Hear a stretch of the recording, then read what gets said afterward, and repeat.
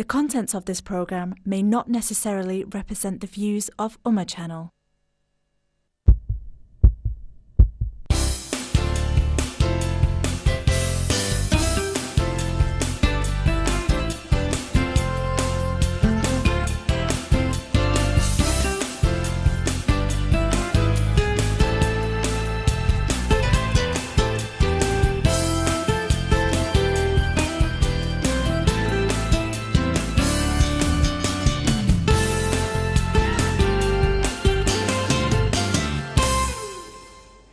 बिस्मिल्लाहिर्रहमानिर्रहीम अस्सलामुअलैकुम वरहमतुल्लाहि वबरकातुहू। मैं हूँ शकील सलाम और आप देख रहे हैं प्रोग्राम हमारी सेहत।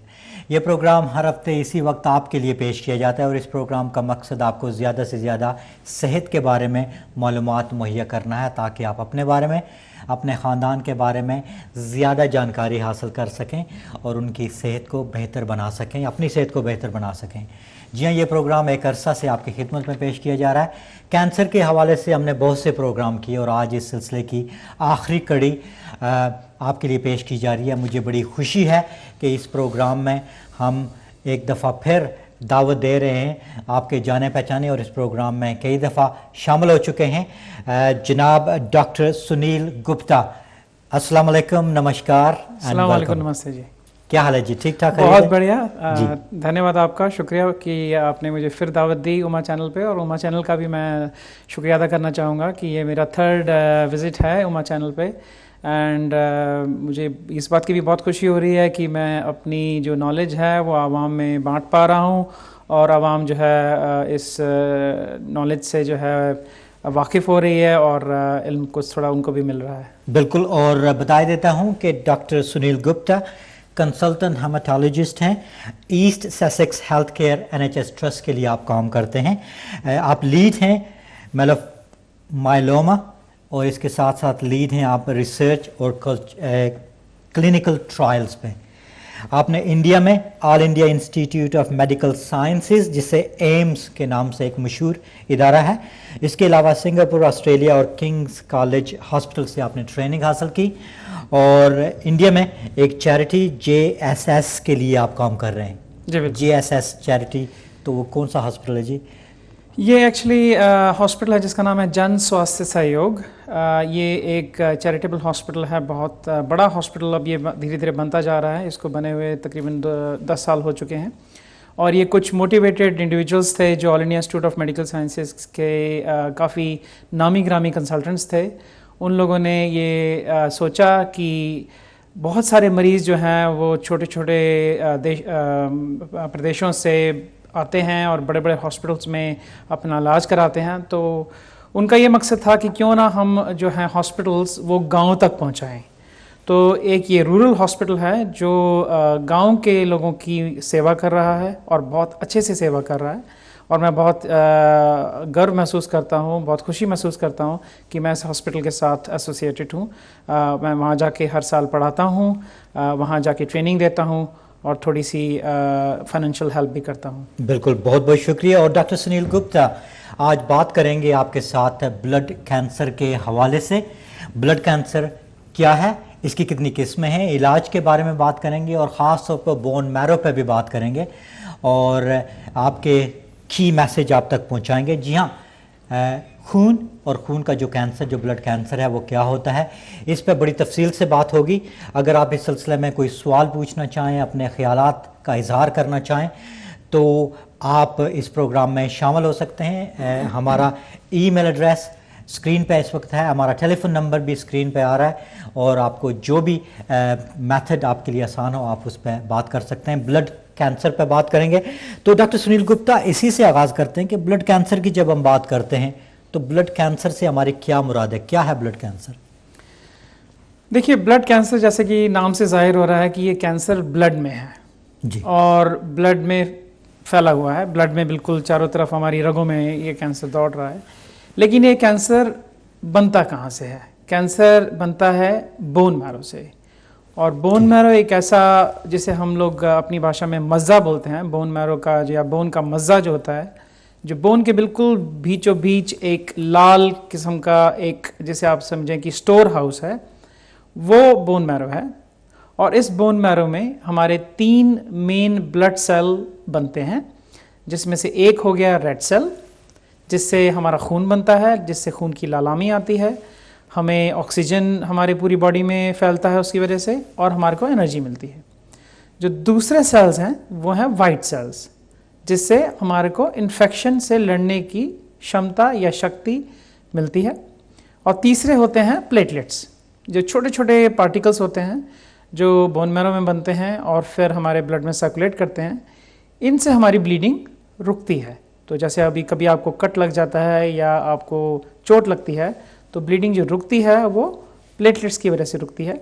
यहाँ पे मैं आपको एक पिक्चर दिखाना चाहूँगा, पिक्चर नंबर 1 जी, जो आपको सिर्फ ये दिखा रही है कि देखिए वो बोन की पिक्चर है, और उस बोन में से जो स्टेम सेल्स हैं वो निकलते हैं, जो बिल्कुल जो जिनसे बाकी सारे सेल्स बनते हैं। तो आप देख रहे हैं कि बोन में से स्टेम सेल निकले और उन स्टेम सेल से रेड सेल बने, वाइट सेल बने और प्लेटलेट्स बने। तो ये थोड़ा सा जो मैंने अभी आपको बताया उसको एक पिक्चर के रूप से दिखाने का ये तरीका है। तो ये तो हमने पिक्चर दिखा दी और ये आपने थोड़ा सा ब्लड कैंसर के हवाले से बात बता दी। मैं आपको बता देता हूँ कि डॉक्टर सुनील गुप्ता इस वक्त हमारे साथ मौजूद हैं, लंदन से तशरीफ़ लाए हैं। उनकी एक कमिटमेंट है कम्युनिटी में, वो ये अवेयरनेस देना चाहते हैं और आज इसी सिलसिले में वो हमारे साथ मौजूद हैं। हम चाहेंगे कि अगर आप उनसे कोई सवाल पूछना चाहते हैं ब्लड कैंसर के हवाले से तो आप उनसे सवाल पूछ सकते हैं। टेलीफोन लाइन खुली हैं, आप नंबर स्क्रीन पे आ रहा है, इसके साथ साथ आप ईमेल भी हमें कर सकते हैं। ईमेल एड्रेस है health@ummachannel.tv। तो डॉक्टर साहब, जब हम ब्लड कैंसर की बात करते हैं तो जैसे मुख्तलिफ़ किस्म के कैंसर होती हैं, उनकी मुख्तलिफ़ किस्में होती हैं, तो ब्लड कैंसर की भी कोई किस्में होती हैं, बहुत सी टाइप्स की होती हैं ब्लड कैंसर, या एक एक टाइप का होता है? बिल्कुल। तो हम ऐसा करते हैं, इस प्रोग्राम को हम 3 या 4 जो पार्ट्स हैं उनमें डिवाइड कर लेते हैं। ठीक है। तो उसमें हम ऐसा करेंगे कि पहले तो डिफरेंट किस्में हैं जो ब्लड कैंसर की, जो मेन 3 किस्में हैं उनको हम डिस्क्राइब करेंगे, उनके सिम्टम्स डिस्क्राइब करेंगे और उनके साइंस पे बात करेंगे कि क्या साइंस होते हैं, क्या सिम्टम्स होते हैं, वो कैसे प्रेजेंट करता है। फिर उसके बाद उसके हम बात करेंगे कि उसका इलाज क्या है, और फिर हम थोड़ा सा टाइम लगाएंगे बोन मैरो ट्रांसप्लांटेशन और ऑर्गन डोनेशन के ऊपर भी। बिल्कुल। तो आपने जो सवाल पहले पूछा, मैं उस पर पहले आना चाहूँगा कि बोन मैरो जो ब्लड कैंसर है उसकी किस्में कितनी हैं, उसके कितने टाइप्स हैं। तो 3 टाइप्स में हम लोग ज़्यादातर इस ब्लड कैंसर को डिवाइड करते हैं, हालांकि उसमें भी बहुत सारी अलग अलग किस्में हैं। जो पहली किस्म है जो सब नाम जानते हैं, बहुत ही ख़तरनाक और ड्रेडफुल नेम है, जिसका नाम है ल्यूकीमिया। और ल्यूकीमिया अपनी काफ़ी कम्युनिटी में ये नाम मशहूर है, लोग जानते हैं इसको। बिल्कुल। ल्यूकीमिया, अगर ब्लड कैंसर का नाम लें तो सबसे पहले जहन में जो चीज़ आती है वो ल्यूकीमिया ही आती है। जो दूसरा ब्लड कैंसर है वो है लिम्फोमा, और तीसरा ब्लड कैंसर जो हम बात करेंगे वो है माइलोमा। तो हम ब्लड कैंसर को इन 3 बड़े बड़े कैटेगरीज में पहले डिवाइड कर लेते हैं, और फिर हम एक एक कैटेगरी जो है, सब कैटेगरी है, उस पर थोड़ा थोड़ा बात करेंगे, उनके साइन एंड सिम्टम्स, और फिर ट्रीटमेंट को हम ऐसा करेंगे कि एक साथ ही तीनों की जो ट्रीटमेंट है उसको हम एक साथ क्लब कर दें, एक साथ जोड़ दें और उस पर डिस्कशन कर लें। तो आइए क्यों ना हम बात करें ल्यूकीमिया पे फर्स्ट। तो ल्यूकीमिया क्या है और इसकी क्या निशानियाँ, क्या अलामात हैं? तो ल्यूकीमिया जो है, सबसे पहले मैं बताना चाहूँगा अपने आवाम को कि ये अगर आप टोटल कैंसर ले लें कि जितने भी कैंसर हैं, लंग कैंसर है या प्रोस्टेट कैंसर है या बाल कैंसर है, सो सारे कैंसर्स में ये 12th मोस्ट कॉमन कैंसर है। अच्छा। इंग्लैंड में या यूनाइटेड किंगडम में 12वें नंबर पे आता है, 12th में। अच्छा अच्छा। और अगर आप 100,000 पॉपुलेशन लें पर ईयर, तो ये तकरीबन 13 से लेकर 15 तक पॉपुलेशन में आएगा। इसका मतलब ये है कि हर 1000 पॉपुलेशन पे, हर 100,000 पॉपुलेशन पे, 1 लाख पॉपुलेशन पे तकरीबन 13 या 14 मरीज हर साल ल्यूकीमिया के हॉस्पिटल के अंदर प्रेजेंट करते हैं। ठीक। तो ल्यूकीमिया जो है, इसकी क्या निशानियां हैं, कैसे हम पहचान सकते हैं कि ये ल्यूकीमिया है, क्या उसके साइन और सिम्टम्स क्या होते हैं? बिल्कुल। तो लिकीमिया जैसे हमने डिस्कस किया, लिकीमिया जो है आपका मेन ब्लड कैंसर है जो बोन मैरो में आया और उसके बाद वो पूरे ब्लड में सर्कुलेट कर रहा है। ये किसी एक जगह पे कॉन्सेंट्रेटेड नहीं होता, ये पूरे ब्लड में ही फैला होता है, जिसमें रेड सेल भी अफेक्टेड होते हैं, वाइट सेल भी अफेक्टेड होते हैं और प्लेटलेट भी अफेक्टेड होते हैं। तो अब मैं अगर बात करूं कि अगर रेड सेल, मान लीजिए कि बोन मैरो में कैंसर हुआ तो रेड सेल बनने बंद हो गए या रेड सेल जल्दी जल्दी ख़त्म हो रहे हैं और अच्छे किस्म के नहीं बन रहे, तो क्या होगा कि आपको एनीमिया हो जाएगा, जिसे हम लोग कॉमन टर्म, अपना जनरल टर्म में बोलते हैं एनीमिया या ब्लड की कमी हो जाना। तो जैसे मैंने बताया पहले कि अगर रेड सेल की कमी हो गई तो आप में टायर्डनेस की फीलिंग आएगी। सबसे पहले आप थोड़ा सा काम करेंगे, आपको टायर्डनेस हो जाएगी, आपका सांस फूलने लगेगा, आप दोपहर तक लगेगा कि शरीर में जान ही नहीं बची और मैं सोने का ज़्यादातर मन कर रहा है। या आप पहले 1 माइल आराम से चल लेते थे, अब थोड़ा चलने पे ही आपको सांस फूल रही है, या आपको सीढ़ियाँ चढ़ने में सांस फूल रही है, या टॉयलेट जाने में सांस फूल रही है। सो टायर्डनेस जो है एक बहुत बड़ा सिम्टम है। उसके बाद दूसरा आएगा वाइट सेल की अगर मान लीजिए कमी हो गई तो इन्फेक्शन, बारी बारी आपको जो है चेस्ट इन्फेक्शन हो रहा है, बारी बारी आपको जो है स्किन का इन्फेक्शन हो रहा है, या बावल में इन्फेक्शन हो रहा है, या नोज़ इन्फेक्शन हो रहा है, या थ्रोट इन्फेक्शन हो रहा है। वो इन्फेक्शन आपको बारी बारी होते रहेंगे अगर आपको लिकीमिया है। इसमें मैं एक पिक्चर दिखाना, फिर अगर हम बात करें ब्लीडिंग की, प्लेटलेट कम हो गए तो ब्लीडिंग का एक पिक्चर दिखाना चाहूँगा, पिक्चर नंबर 2।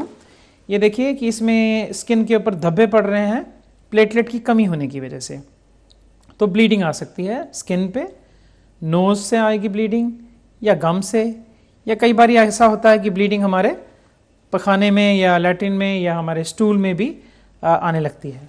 तो ये प्लेटलेट की कमी की वजह से है। कई बार एक और लिकीमिया का बड़ा स्पेसिफिक साइन होता है जिसमें गम में स्वेलिंग आ जाती है। गम काफ़ी, जो हमारा जो जबड़े हैं उसमें स्वेलिंग आ जाती है। तो पिक्चर नंबर 3 में दिखाना चाहूँगा। अभी आप देखिए कि इसके अंदर गम में काफ़ी स्वेलिंग आ रही है।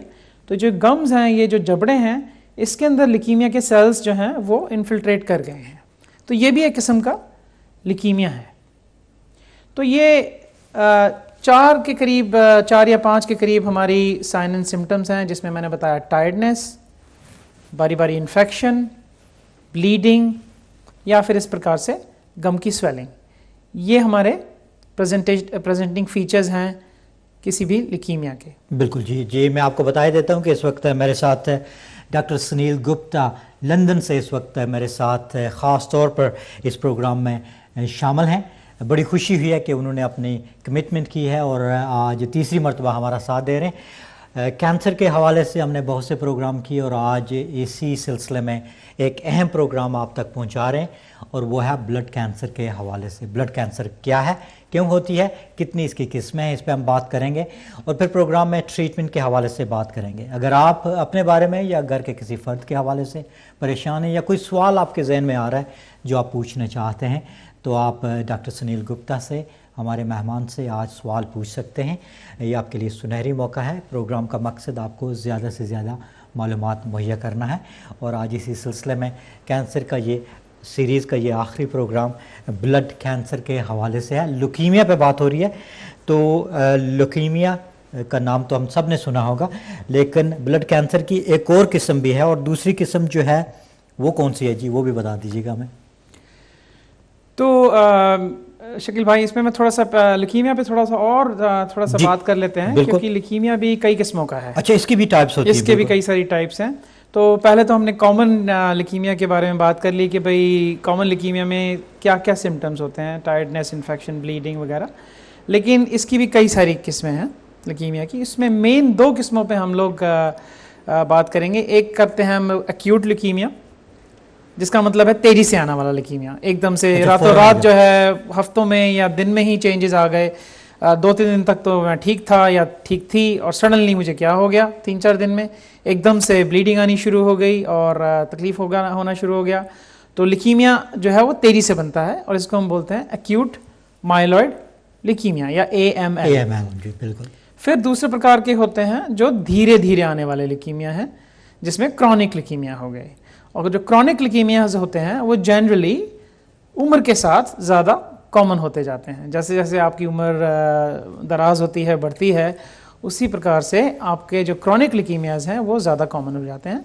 और सबसे कॉमन जो क्रॉनिक ल्यूकीमिया है जो आवाम में बहुत कॉमनली पाया जाता है वो है क्रॉनिक लिम्फोसिटिक ल्यूकीमिया, CLL।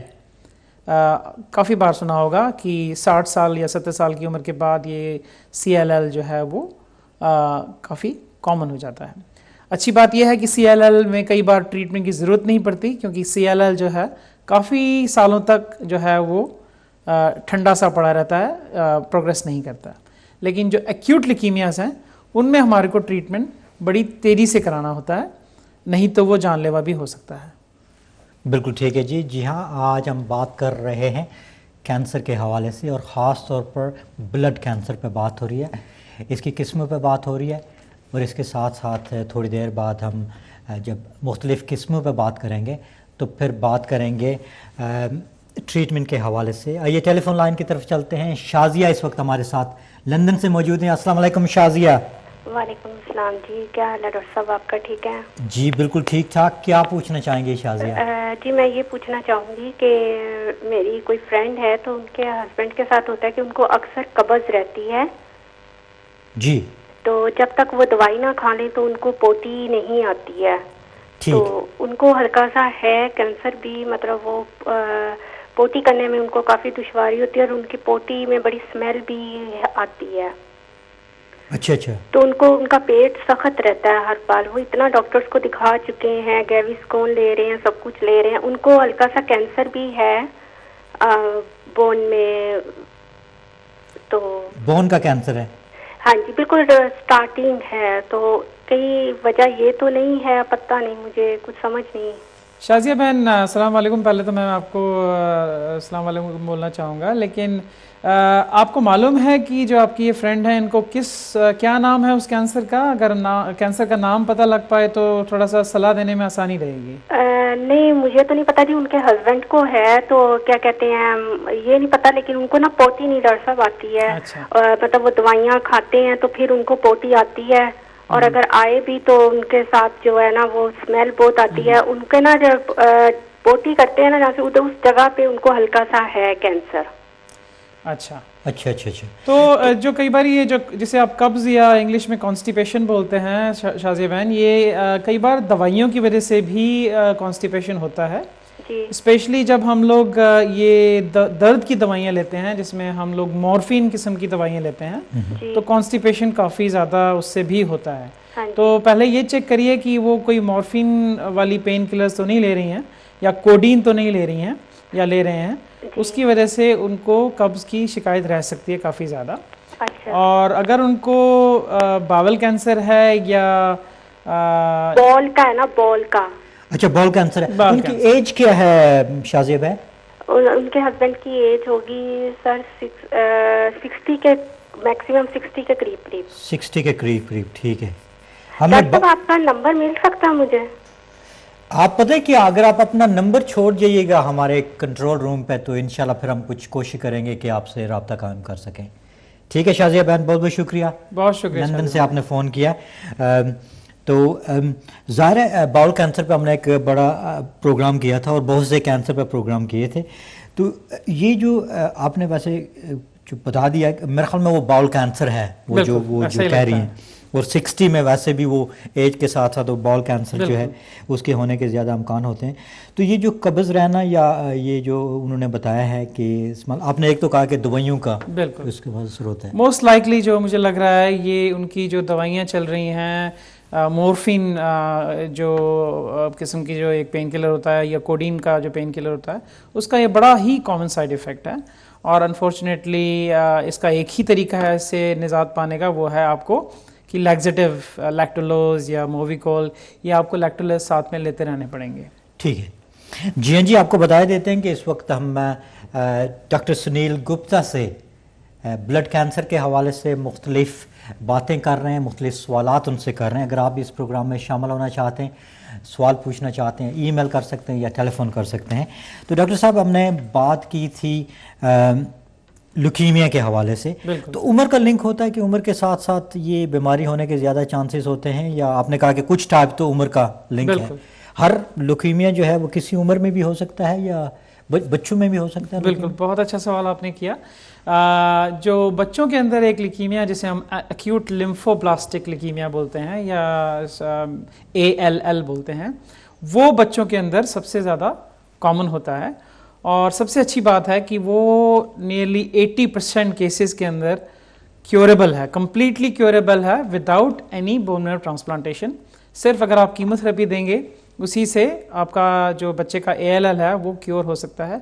और ऐसे बहुत सारे बच्चे हैं जो क्योर हो चुके हैं और वो अभी जवान हो चुके हैं और वो बड़े बड़े ओहदों पे बैठे हुए हैं जिनको बचपन में ल्यूकीमिया था। तो एक्यूट लिम्फोब्लास्टिक ल्यूकीमिया बच्चों के अंदर ज़्यादा देखा जाता है। जो एक्यूट माइलॉइड ल्यूकीमिया है जिसका मैंने पहले जिक्र किया AML, वो उम्र के साथ उसकी इंसिडेंस जो है वो बढ़ती जाती है और इंसिडेंस जो है वो रैपिडली इंक्रीज होती है 60 साल के बाद। जैसे आपकी उम्र थोड़ी बढ़ती जाती है तो उसमें एक्यूट माइलॉइड ल्यूकीमिया होने के ज़्यादा चांसेस रहते हैं। हालांकि एक्यूट लिम्फोब्लास्टिक ल्यूकीमिया भी हो सकता है, लेकिन AML के इंसिडेंस उम्र के साथ बढ़ता जाता है और वो फिर जितना ज़्यादा उम्र की पेशेंट होता है उसको ट्रीट करने में उतनी ही डिफ़िकल्टी या दुश्वारियाँ आती हैं, क्योंकि उसमें हार्ट प्रॉब्लम शुरू हो जाती है, किडनी प्रॉब्लम शुरू हो जाती है, लंग में प्रॉब्लम शुरू हो जाती हैं, तो उनको हम लोग फिर कीमोथेरेपी देने में तकलीफ़ होती है। और अब चलते हैं दूसरी टाइप जो है ब्लड कैंसर की, लिम्फोमा जो है। तो लिम्फोमा ये क्या है और इसकी क्या निशानियां हैं, क्या अलामात हैं? बिल्कुल। तो लिम्फोमा, पहले मैं यहाँ पे एक पिक्चर दिखाना चाहूँगा जो हमारी पिक्चर नंबर 4 है जी। चलिए पिक्चर जी आ रही है। पिक्चर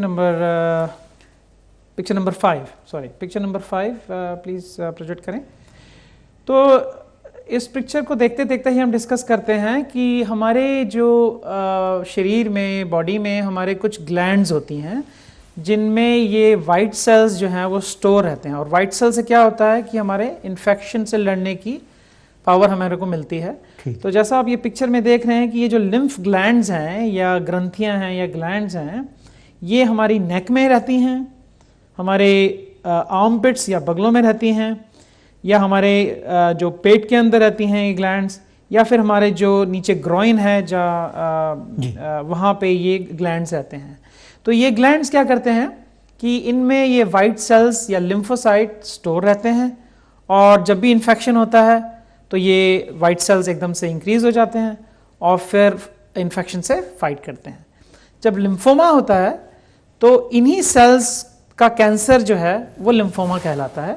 तो ये ग्लैंड्स जो हैं वो बहुत फूल जाती हैं, स्वेलिंग आ जाती है इन ग्लैंड्स में।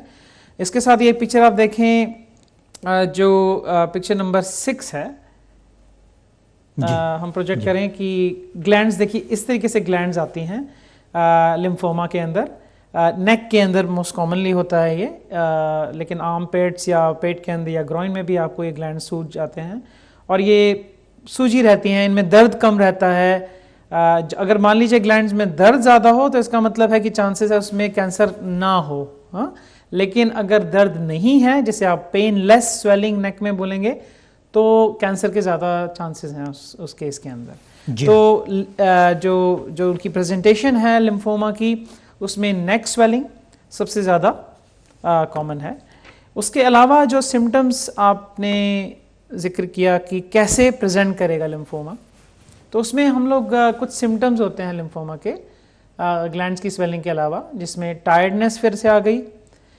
इसमें क्या होता है कि अनएक्सप्लेन्ड या बिना किसी कारण के फीवर आना, आपको कोई इन्फेक्शन नहीं लग रहा है, आपको थ्रोट भी ठीक है, आपका चेस्ट भी ठीक है, लेकिन आपको बीच बीच में फीवर आ रहा है। तो अनएक्सप्लेन्ड, इंटरमिटेंट या बीच बीच में फीवर आने का जो लक्षण है। फिर कई बार नाइट स्वेटिंग बहुत होती है, जिसमें आपके बिल्कुल कपड़े भीग जाते हैं रात को सोते हुए, आपने सेंट्रल हीटिंग ऑन नहीं भी की है, या इवन समर्स में भी जब आपने फ़ैन भी चलाया हुआ है तब भी आप देख रहे हैं कि आपका स्वेटिंग हो रही है, आप बिल्कुल आपके कपड़े जो हैं भीग गए हैं स्वेट में या पसीने में। इसके अलावा अगर आपका मोर देन 10% वेट लॉस हो गया है, आप खा ठीक से रहे हैं, आपको भूख भी ठीक लग रही है, लेकिन आप देख रहे हैं कि आपका वज़न गिरता जा रहा है और वो भी मोर देन 10% आपके बेसलाइन वेट से, और इचिंग, बहुत ज़्यादा खुजली आ रही है बिना किसी इंसेक्ट बाइट के या किसी और कारण के, आपको खुजली बहुत आ रही है। तो ये लिम्फोमा के हमने जो है डिस्कस किए साइन एंड सिम्टम्स। बिल्कुल जी, और ये सिलसिला जारी रहेगा। डॉक्टर सुनील गुप्ता मेरे साथ मौजूद हैं। ब्लड कैंसर की मुख्तलिफ इकसाम पे बात होगी, ट्रीटमेंट पे बात होगी, लेकिन पहले एक छोटी सी ब्रेक, और छोटी सी ब्रेक के फ़ौरन बाद आपसे दोबारा बात होगी। आप फ़ोन भी कर सकते हैं और ईमेल भी भेज सकते हैं। आइए लेते हैं एक छोटी सी ब्रेक, और ब्रेक के फ़ौरन बाद आपसे दोबारा मुलाकात होगी। अस्सलाम वालेकुम।